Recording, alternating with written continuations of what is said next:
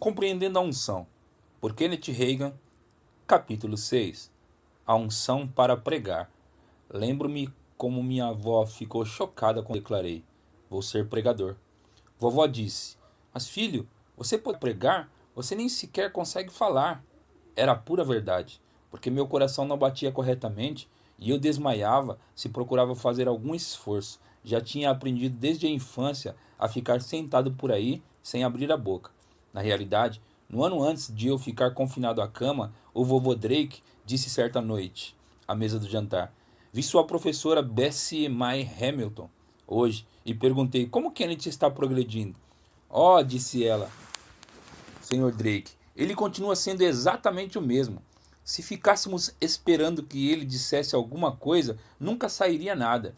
A verdade é que ele poderá faltar à aula sem ninguém chegar a perceber sua ausência. Aquilo colocou uma ideia na minha mente. Resolvi fazer uma experiência.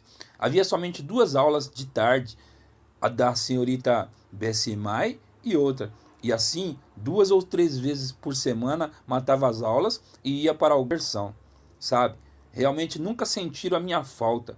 Nunca me deram uma falta. É claro que parei de agir assim depois de ser salvo.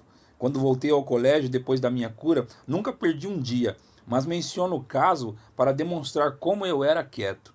Depois de ter sido salvo e batizado, comecei a pregar como jovem pregador adolescente batista. Sabia que era vocacionado para pregar e a unção para pregar veio sobre mim. Não tinha nenhuma unção para ensinar e não gostava de ensinar. Orava, estudava e preparava esboços de sermões e ainda tenho quase todos eles comigo. Quanto a alguns deles, já não os prego mais, mas representam toda a iluminação que então Deus nos abençoa quando andamos de acordo com toda a iluminação que possuímos. Na primeira vez que preguei, o sermão durou 45 minutos. Alguns iniciantes duram 10 ou 15 minutos. Eu gastei 45 e assim tenho continuado desde então. Durante vários anos, era pregador e conseguia pregar mesmo. Era uma máquina de pregações. Gostava daquela unção. Quando ela vinha sobre mim, eu pregava com tanta ênfase e velocidade que a congregação dizia: mais devagar, mais devagar. Não conseguimos captar a metade daquilo que você diz, porque prega tão rapidamente. Naqueles tempos, não tinha o batismo no Espírito Santo, mas tinha o Espírito Santo em mim, e uma unção vinha sobre mim, porque era vocacionado para aquele cargo. No Antigo Testamento, também a unção vinha sobre as pessoas para ocuparem certos cargos. A nuvem da glória se manifesta. Poderia contar algumas coisas fenomenais que aconteceram quando a unção para pregar veio sobre mim como jovem pregador batista adolescente. Certo domingo de noite, estava pregando um sermão evangelístico de Tiago 4,14, onde Tiago pergunta: que é a vossa vida? Sois apenas como neblina que aparece por instante e logo se dissipa. Tinha pregado durante uns 15 minutos, ungido pelo Espírito Santo, quando então o poder de Deus entrou naquele auditório da igreja e o encheu como nuvem. Não consegui ver nenhum só membro, estava dentro da nuvem, escutava o som da minha voz, mas não reconhecia uma única palavra daquilo que dizia. Durante 17 minutos, orei para meu relógio, não consegui distinguir uma única palavra. Finalmente consegui enxergar pessoas nas 3 primeiras fileiras de assento. Então a unção começou a desaparecer. Era exatamente como se uma nuvem se levantasse de cima do grupo inteiro. Não falei nada a respeito. Terminei o culto de modo normal. Vários dias depois, perguntei a um velho cavaleiro muito espiritual que estivera presente: havia algo de diferente de domingo à noite? Mas por quê? Disse ele. Conte-me então se havia mesmo, e então eu lhe direi por quê. Respondeu: ora, só acontece que as pessoas têm comentado a respeito em toda a comunidade. Parecia que seu rosto brilhava. Não tinha sua aparência natural. Simplesmente parecia ser o rosto de um anjo. Então contei-lhe a respeito. Contei-lhe que não tinha consciência de uma só palavra que falei durante os 17 minutos do culto, por causa da unção que estava tão poderosamente sobre mim. Tudo isso é uma obra do Espírito Santo, a unção e a nuvem da glória. Aumenta-se a unção. Depois de ter sido batizado no Espírito Santo, entrei numa dimensão maior do poder de Deus e aumentou-se a unção. Há uma base bíblica para isso. Eliseu desejou uma dupla porção da unção de Elias. Ele tinha sido ungido pelo Espírito Santo para ocupar o cargo de profeta. E Eliseu recebeu uma dupla porção daquela unção, uma unção maior, portanto, para ocupar o mesmo cargo. Depois de ter sido batizado no Espírito Santo e ter falado em outras línguas, não avisei a igreja a respeito. Segui aquela unção dentro de mim, aquela que nos ensina todas as coisas. Algo dentro de mim disse: não fale nada a respeito na igreja. Não fiz a mínima alusão a ela. Portanto, simplesmente continuei nossos cultos usuais daquela igrejinha no interior. Não demorou 30 dias para as pessoas começarem a dizer: o que aconteceu com você? Por que você pergunta sobre o que aconteceu? Pois bem, você está diferente, diziam. E em certo sentido, estou diferente? É diferente boa ou ruim? É boa, diziam. Está bem, falei. Mas o que é? A que você se refere? Você tem poder que não tinha antes. Quando você prega, possui poder que não possuía antes. Além disso, já tinha sido ungido para pregar, mas agora aumentou-se essa unção. As pessoas diziam: quando você prega agora, quase somos derrubados dos nossos assentos. Não queria dizer que eu era um pregador severo. Tratava-se apenas do poder por trás da pregação. Certo membro da congregação era um presbiteriano. Nossa igreja era uma igreja comunitária, a única igreja da comunidade, e 85% dos membros eram batistas. Aquele cavaleiro presbiteriano era rico, e até mesmo segundo os padrões daquela época. Era dono de muitos alqueires de terra. Todos os filhos já eram adultos e casados. Imediatamente antes de ele e a esposa saírem para um passeio na Europa, tinha ouvido falar de um casal na comunidade que receberam o batismo no Espírito Santo, e ele avisou: se aquele falar em outras línguas penetrar aqui, arrancarei desta igreja todos os meus familiares. Trata-se de 7 famílias. Enquanto ele estava na Europa, recebi o batismo. Quando ele voltou, perguntou a outro membro, um metodista de idade: o que aconteceu ao nosso pregadorzinho enquanto eu estava de viagem? Esse cavaleiro metodista era um gigante espiritual. Respondeu conforme me contou depois: então algo lhe aconteceu? Sim, certamente, disse o presbiteriano. A que você se refere? Bem, é um pregador melhor do que era antes. Quanto a mim, sempre pensava que era um bom pregador, respondeu o metodista. Sim, mas é mais poderoso agora do que antes. Tem um poder que nunca possuiu antes.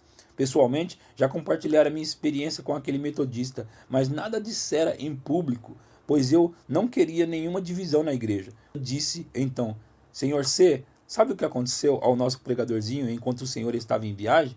Não. Foi batizado no Espírito Santo e falou em outras línguas. O presbiteriano abaixou a cabeça e o metodista não sabia se estava para declarar que sairia da igreja ou não. Mas não chegamos a perder um único membro, nenhuma família nos deixou. Todos perceberam o valor da experiência. O presbiteriano falou abertamente: eu ouvi pregar antes e o ouvi pregar depois e quero a experiência. 93% deles me seguiram no batismo no Espírito Santo e os demais 7% continuaram a frequentar. Embora eu tivesse a unção para pregar, aquela forte unção com a nuvem da glória não voltou a ocorrer no meu ministério durante mais de 3 anos. Durante aqueles anos, tinha sido batizado no Espírito Santo, tinha passado a congregar com o povo do Evangelho pleno e estava pastoreando uma igrejinha nas terras escuras do norte do leste central, Texas. Certo domingo de noite, estava pregando animadamente sobre a profecia. Foi a noite do segundo domingo de setembro de 1939, e a unção veio sobre mim. Não sei o que eu disse e não consegui ver nenhuma coisa nem pessoa. Era como se uma nuvem ou neblina densa tivesse enchido a igreja. Quando voltei a mim, estava em pé lá embaixo na frente, tendo descido da plataforma. Era a primeira vez que cheguei a fazer assim. Minha esposa até mesmo disse: acredito que você poderia pregar de pé numa bacia de lavar roupa, porque nunca fazia nenhum movimento detrás do púlpito enquanto pregava. Tinha sido treinado assim quando era um batista sulino. Nesse caso, porém, a glória descera sobre mim e eu não sabia uma única palavra que dissera durante 15 minutos. Estivera na nuvem da glória. Quando me vi andando em derredor na frente, fiquei vermelho de vergonha e subi correndo a plataforma. Coloquei-me detrás do púlpito, disse: amém, oremos, e fiz o apelo. quando a unção está presente. Todos os pecadores da igreja foram para a frente e receberam salvação. Tivemos mesmo um reavivamento naquela noite. 20 pessoas foram batizadas no Espírito Santo naquela noite. Talvez essas cifras não impressionem hoje em dia, mas nos idos de 1939, se houvesse meia dúzia de salvos e 3 batizados no Espírito Santo, parecia um terremoto de vitória esmagadora. Naquele culto, todo aquele que não tinha o batismo foi batizado, e todos os perdidos ou os desviados voltaram para Deus. Não era a minha pregação que surtiu tal efeito, era a unção. A nuvem da glória ainda aparece com bastante frequência em nossas campanhas de cura divina e em outros cultos. Há pessoas que já a viram. Ela entra e enche o salão. Às vezes, enquanto eu estou pregando ou ensinando, ela entra e bloqueia totalmente todas as pessoas da minha vista. Durante a maior parte do tempo, ela simplesmente paira sobre as cadeiras delas. É em tempos como esses que as pessoas recebem a cura sem ninguém ministrar a elas, porque a unção está presente. Às vezes, a unção aparece numa manifestação visível. Você acha que não era visível quando a casa onde os cristãos estavam orando começou a tremer? E quando aquele cárcere em Filipos começou a estremecer e todas as portas se abriram impetuosamente, a manifestação também era resultado das orações de Paulo e de Silas. Tenho a unção do Espírito Santo em mim o tempo todo, assim como todo crente a tem, mas aqui estamos falando da unção para pregar. Já não prego muito, fico ensinando durante a maior parte do tempo, mas gosto da unção para pregar. Eu a amo. É diferente da unção para ensinar. Sente-se diferente. É mais exuberante, é do mesmo Espírito, mas é uma unção diferente. Graças a Deus pela unção para pregar. Se eu exercesse algum controle sobre essas coisas, traria sobre mim frequentemente aquela unção para pregar, porque gosto dela. A diferença entre a pregação e o ensino é que pregar significa proclamar, mas ensinar significa explicar. De vez em quando, aquela unção para pregar ainda vem sobre mim. Se você nunca me ouviu pregar, adquire a minha fita El Shaddai. Naquela fita, estou pregando e não ensinando. Preguei El Shaddai há muitos anos, numa reunião dos homens de negócio do Evangelho Pleno, perto de Washington, D.C. O cantor convidado estava cantando seu cântico final e eu estava sentado ali na plataforma, cuidando dos meus próprios assuntos, pronto para dar meu testemunho a respeito da minha ida ao inferno, quando alguma coisa como uma manta veio sobre mim. Encaixou-se sobre mim como se fosse um sobretudo. Trata-se dessa unção para pregar. Não se poderia imaginar alguém com tanta vontade de fazer sermões como eu fiquei então.